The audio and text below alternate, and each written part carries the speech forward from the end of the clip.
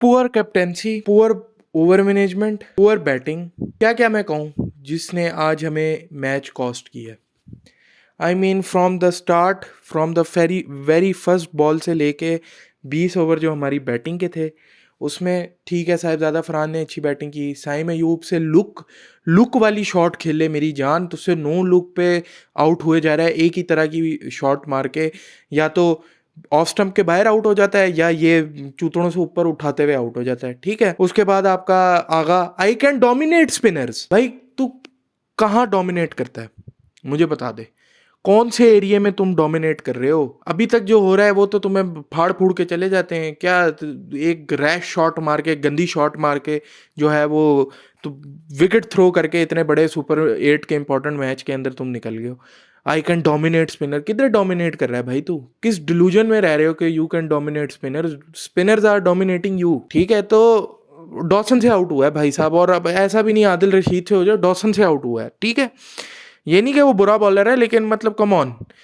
चौथे पे जी Babar Azam the legend, start अच्छा लिया था लेकिन क्या पथेटिक बैटिंग हुई उस एंड पे, उस जो ड्यूरेशन में जिसमें बाबर खेल रहा था और साहिबजादा फरहान खेल रहा था। ठीक है, बॉल विकेट जो है वो इतना इजी बल्ले पे बॉल नहीं आ रहा था, थोड़ा सा उस तरह की विकेट थी फंसी हुई, लेकिन एटलीस्ट उस जब बाबर और फरहान बैटिंग कर रहे थे 5 ओवर्स के अंदर एक चौका भी नहीं लगा। एक एंड से अगर स्ट्राइकिंग हो रही होती है ना तो फिर भी चलो चीज़ें होती हैं। और मुझे एक बात बताओ, बाबर को अपना रोल क्लियर नहीं है, इसमें मैनेजमेंट का कसूर है, इसमें उसका खुद सबसे बड़ा कसूर है कि यार तुझे किस लिए खिलाया जा रहा है। तुझे इसलिए खिलाया जा रहा है कि यार तू एक एंड को संभाल के रखेगा और स्ट्राइक रोटेट करके इनिंग बिल्ड करेगा, और एंड में आके जो अगर तो सेट है तो खुद फिनिश करेगा, या एंड में आके शदाब, और ये शदाब पे मैं बाद में आऊँगा, ये लोग आके फिनिश करेंगे। भाई आप पहले ना ये होता था कि एटलीस्ट बाबर आजम को बॉल लगती थी कि यार अच्छी बॉल, बाबर आजम आउट हो गया। ठीक है, अब तो पता नहीं कोई उठ के, कोई चुन्नू मुन्नू, कोई गली का 5 साल का बच्चा भी उठ के उसको बॉल करा दे वो आउट हो जाएगा। पता नहीं क्या कर रहा है वो। आज भी इतनी गंदी शॉट मारी, इतनी गंदी शॉट मार के आउट हुआ है कि जिसका कोई हिसाब नहीं।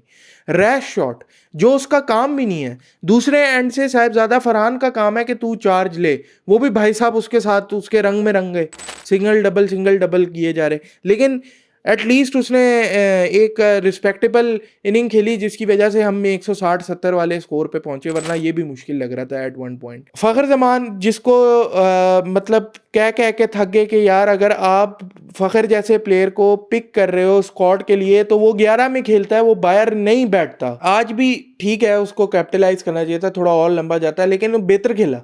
156 के स्ट्राइक रेट से खेला, 25-30 रन बना दिए। ठीक है, ऊपर से किसी ने कुछ भी नहीं किया। हद है यार, मतलब इतना गंदा कोलैप्स। ठीक है, साहिबजादा फरहान के लिए अप्रिसिएशन है, उसने अच्छी बैटिंग की, लेकिन pathetic show by Saim Ayub, Babar Azam, Salman Ali Agha, even अपना नवाज, बहुत पथेटिक किस्म की जो है वो बैटिंग परफॉर्मेंस थी। खैर, इस तरह की विकेट पे आई थिंक के 170 to 175 वॉज इनफ। 10 रन मेरे लिए शॉर्ट थे, मुझे जहाँ तक लगता है। 165 wasn't that bad। मतलब कि वंस ये सारी चीज़ें आती है ना कि अभी लोग आएंगे कि यार पहले बैटिंग कर ली, ड्यू तो फलाना, तो ये नहीं। आप पहले बैटिंग की आपने, आप हार गए। आपने पहले बॉलिंग की, आप हार गए। ठीक है, पॉइंट ये नहीं होता। पॉइंट ये होता है कि आपने 40 ओवर अच्छी क्रिकेट खेल के मैच जीतना है, ख़त्म हो गई बात। ड्यू प्यू फलाना तो ये तो वो टॉस तो यूं नहीं।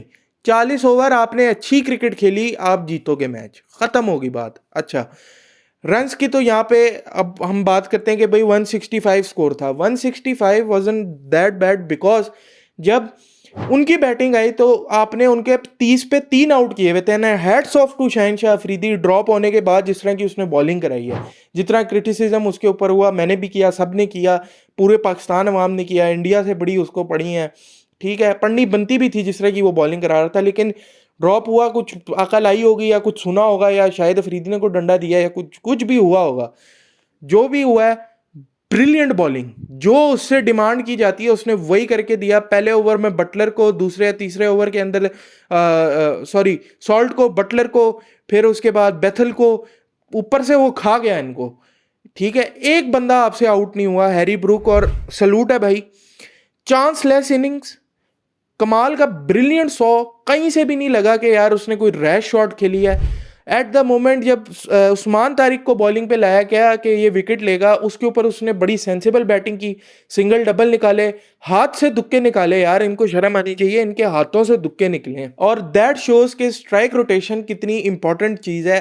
इवन मॉडर्न डे क्रिकेट के अंदर भी सिंगल निकालना जिस प्लेयर को नहीं आता वो बर्बाद है। बिल्कुल ये बात जो है ना, ये बिल्कुल सही है। बाउंड्रीज चाहिए होती हैं, नो डाउट। जैसे पाकिस्तान को 5 ओवर में कोई बाउंड्री नहीं मिली तो पाकिस्तान पीछे चला गया रन रेट के हवाले से, ठीक है।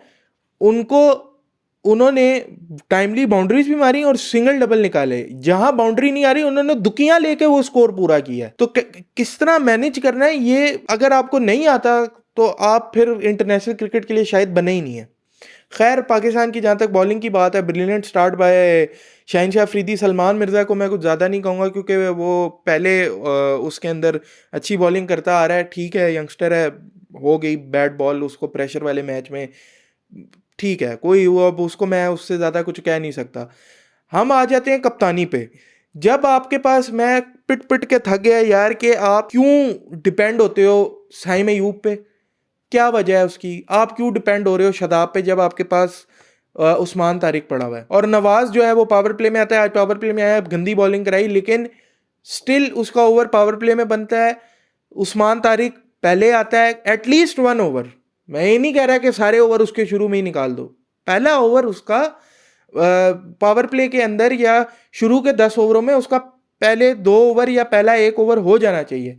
आज पहले 10 ओवरों के अंदर आया, विकेट ली, भाई साहब ने साइम अयूब को लगा दिया। क्या कौन सी बीड़ी फुकवा रहा है माइक हसन? इसको मुझे समझा दो, ये कौन सा माल है, कौन से नशे कर रहे हैं ये? और माइक हसन से पथेटिक, घटिया, बकवास तरीन कोच मैंने नहीं देखा। पता नहीं क्या ये मुसल्लत कर दिया हमारे ऊपर, घटिया, मतलब बकवास, बिल्कुल बकवास से भी नीचा कोई लफ्ज होता है ना, नीच, बिल्कुल, मतलब गाड़ दो उस बंदे को, ठीक है। इस तरह का इतना घटिया पपिट बना हुआ है सलमान अली आगा, उसका पपिट, उसका अपना दिमाग नहीं चल रहा। किस तरह के, पता नहीं किस तरह के आपके एक बॉलर ने, मेन बॉलर, आप उसको डिफेंसिव कैसे यूज कर सकते हो यार? जो बंदा अगले बैट्समैन को किसी भी टीम के रीड ही नहीं हो रहा, आप उसको डिफेंसिव यूज कर रहे हो, आप उसको इकोनॉमी और रन रेट रोकने के लिए यूज कर रहे हो यार, बजाय इसके कि आप विकेट लो उससे। 2 आउट किए उसने, लेकिन आपने उसको दोबारा जब लेके आया तो बहुत लेट लेके आया, जब तक हैरी ब्रूक हो चुका था, कर गया था वो अपना काम। शादाब प्रेस कॉन्फ्रेंस में आके बकबक करना शुरू कर दी कि हम तो लेजेंड वेजेंड। मेरी बात सुनो, यही स्कोर दो 165, उमर गुल, शाहिद अफरीदी, ज्यादा पीछे नहीं जा रहा, सईद अजमल, हफीज भी इवन इनमें डाल लो, ठीक है। मैच ना जीत के दिया ना तो बात करना। हमें इसलिए ये चीजें बुरी लगती हैं कि ये 160-70 स्कोर जो है वो हमारी, अबे हमने 130-140 डिफेंड किए हुए यार। T20 छोड़ दो, टेस्ट क्रिकेट में डिफेंड किया हुआ है, जहां पे अर्जेंसी भी नहीं होती, आराम आराम से बंदा बना ले। याद होगा इंग्लैंड के अगेंस्ट ही किया था, सईद अजमल ने विकेट ली थी। तो पास्ट पे आप मत जाएं, पास्ट के आपके जो थे वो आपसे बहुत बेहतर थे, ठीक है। आपकी अपनी कचरा परफॉर्मेंस है, ग्राउंड पे आपसे कुछ हुआ नहीं जाता। आज भी जी 10 बॉलों पे 22 रन बना दिए, सीधा कवर पे कैच दिया था वो तो ठीक है, उन्होंने छोड़ दिया तो आपने रन बना लिए, ठीक है, कैच गिरना पार्ट ऑफ द गेम है। बॉलिंग में आ जाते हैं, बॉलिंग में क्या किया है? मुंह के नीचे हैरी ब्रूक को बॉलें कराई, टांग पे उसको बॉलें कराई जहां पे वो स्ट्रांग खेलता है, ठीक है, सामने मुंह के नीचे आके। अच्छा, विकेट पे ऐसा भी नहीं है कि टर्न नहीं हो रहा था, टर्न भी हो रहा था, उसका इनसाइड एज लग के निकला था ना, टर्न हो रहा था। मतलब आप अगर जगह से बॉल कराओगे तो टर्न मिल रहा था आपको, आप मुंह के नीचे कराओगे तो आपको, आप इतना भी टर्न हो रहा हो उसका कोई फायदा नहीं है, आप टांग पे बॉल कराओ इतना टर्न हो रहा हो कोई फायदा नहीं है, ठीक है, उसको छक्का चौका ही लगना है। और नवाज भी मैं कहूँगा कि आज इतनी अच्छी बॉलिंग नहीं कराई, ठीक है, एंड में वो आर्टिफिशियल एक्साइटमेंट 2 आउट कर दिया उसने, वो एंड में इंग्लैंड 2 विकेटों से जीता है। लेकिन कहने का ये मकसद है कि यार आप जब once you're in the game, आपने जब 35 पे 5, 35 पे 3, 50 पे 4, 54 पे 4 आउट कर लिए थे तो आप गेम के अंदर थे, आप इवन स्टीवन मामला था, बल्कि शायद आपका पल्ला भारी था। आप तब ये जस्टिफिकेशन नहीं दे सकते थे कि ओ यार हम 10 रन शॉर्ट रह गए। आज आगा ने आके पोस्ट मैच में यही बोला है कि हम थोड़े से रन शॉर्ट रह गए थे, लेकिन हैरी ब्रूक ने उसने बहुत अच्छी बैटिंग की, नो डाउट, वर्ल्ड क्लास, जबरदस्त, मजा आया, चांसलेस इनिंग। लेकिन आप जब आपने गेट तोड़ के रास्ता निकाल लिया तो अब आपका फर्ज है मैच जीतना। एशिया कप में भी यही हुआ था, 136 कोई स्कोर नहीं था, लेकिन जब 36 पे 3 आउट हो गए थे, 60 पे 4 या 5 आउट हो गए थे, 6 ओवर में 68 स्कोर चाहिए था, तो आप को वहां से मैच जीतना है भाई, ये आप विनिंग पोजीशन में हो। आज भी आपने मैच दिया है, एक ही प्लेयर खेला है उनका, हैरी ब्रूक, बहुत अच्छा खेला, लेकिन आपने उसको क्या बॉलिंग कराई है। और सलाम है हमारे कमेंटेटर्स को जी, वो ईशान किशन से इसकी इनिंग मिला रहे हैं यार, अल्लाह की कसम मुझे ना, मैं क्या कहूँ यार इनको, ये इतना गिर गए हैं, मतलब इस तरह ईशान किशन ने कोई तस्मे जितनी बैटिंग भी नहीं की थी जो आज हैरी ब्रुक ने की है। 35 पे 3 हुआ था, ठीक है, ईशान किशन ने नो डाउट अच्छा अच्छा खेला था, उससे क्रेडिट नहीं ले रहा, लेकिन आज 3 तो एज के चौके निकले थे उसके शुरू में, ठीक है, 2 हाफ हिटें ऊपर से गई थी।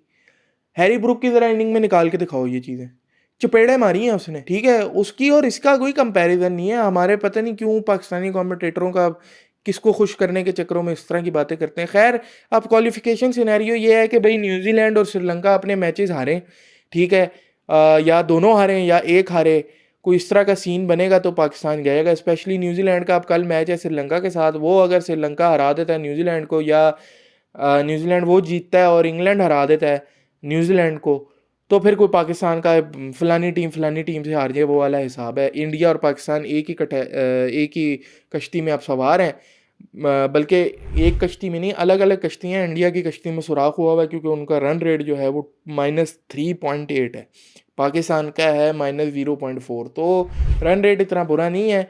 अब यही उम्मीद है कि भाई श्रीलंका से जीतें, फिर उससे पहले पहले हमें पता लग जाएगा कल के मैच में कि भाई न्यूजीलैंड का अगर हार जाता है श्रीलंका से, या श्रीलंका हार जाता है न्यूजीलैंड से, तो फिर इंग्लैंड वाले मैच पे डिपेंड कर जाएगा।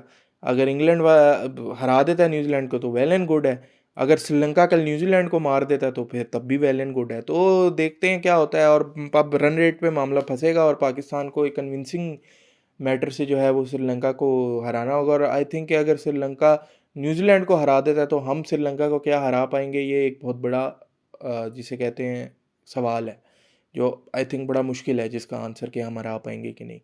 बाकी न्यूजीलैंड या अल्लाह, मतलब अब यही है, या अल्लाह, रमज़ान शान रमज़ान चल रहा है, बस वो उसी में लगे हुए हैं। अब दुआएं पे दुआएं, मुसल्ले बिछा लो सारे, और उम्मीद लगाओ फिर कुदरत के निज़ाम पे कि वो चल जाए। तो आज तक के लिए इतना ही, नेक्स्ट वीडियो में मिलता हूँ। लाइक सब्सक्राइब शेयर कर दिएगा। अल्लाह हाफ़िज़।